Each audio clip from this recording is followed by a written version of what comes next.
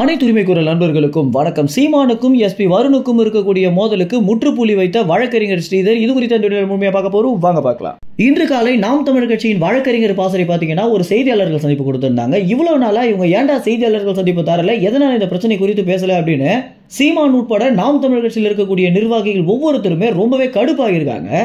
இவங்க தற்போது எழுப்பி இருக்கக்கூடிய கேள்விகள் அப்படின்றது எஸ்பி வருணையே திக்குமுக்க ஆட வச்சிருக்கு அப்படின்றது தான் நிதர்சனமான உண்மையாக இருக்கு.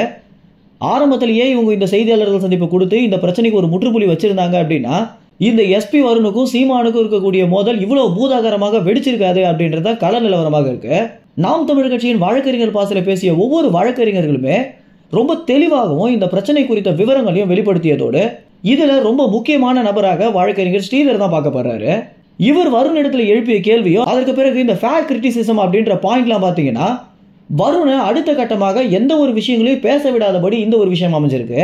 சீமானுக்கு பேசுறதுக்கு உரிமை இருக்கு அப்படின்றது மட்டும் இல்லாம அது எந்த சட்டங்களுக்கு கீழே வருது அப்படின்னும் எஸ்பி வருண் பேசுறதை விட சீமான் பேசுறதுக்கு தான் அதிகப்படியான உரிமை இருக்கு. ஏன்னா எஸ்பி வருண் இப்போ தமிழ்நாட்டை வேலை செய்யறாரு. அவர் எப்ப வேணாலும் வேற நாடுக்கு பணியாற்றம் பண்ணப்படலாம் அப்படின்னும் வேற நாடுக்கு பணிமாற்றம் பண்ணப்படலாம் அப்படின்னும் இவர் சமுதாயத்தை பேசுறதை விட சீமான் பேசுறதுக்கு தான் அதிகப்படியான உரிமைகள் இருக்கு. ஏன்னா நாங்க தமிழ்நாட்டு மக்களுக்காக அரசியல் நிற்கிறோம் அப்படின்னு இந்த பிரச்சனை குறித்து ஸ்ரீதர் பேசிய ஒவ்வொரு விஷயங்களும் பார்த்தீங்கன்னா அடுத்த கட்டமாக எஸ்பி வருணை எந்த ஒரு விஷயத்திலுமே சீமானுக்கு நோட்டீஸே அனுப்ப விடாதபடி தான் அமைந்திருக்கு.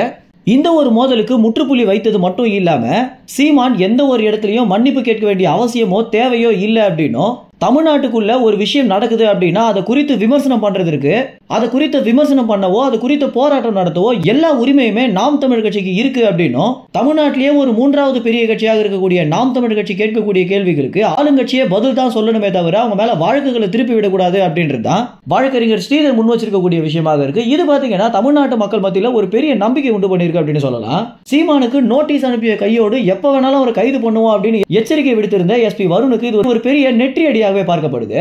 மேலும் இந்த ஒரு தகவல் குறித்து என்ன நினைக்கிறீங்க அப்படின்ற உங்க கருத்துக்களை கமெண்ட்ஸ்ல தெரிவிங்க. நன்றி, வணக்கம்.